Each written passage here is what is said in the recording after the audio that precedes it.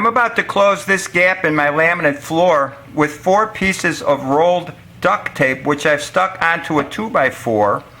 And so I just press down, I hit it with a hammer. I hold the board down while I'm doing this.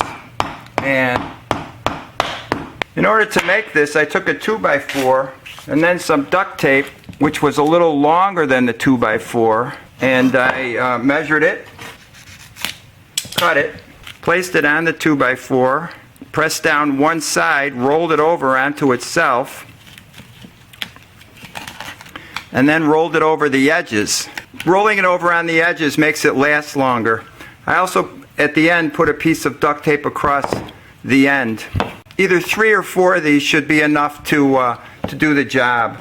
You can also use carpet tape. I have found that 3 layers of carpet tape on the 2x4 work very well because 3 layers fills in any gap that might be there in the 2x4 or the floor. I use 2 strips and 3 layers of carpet tape on the 2x4. So 3 layers of carpet tape, or roll some duct tape onto a 2x4 just like that.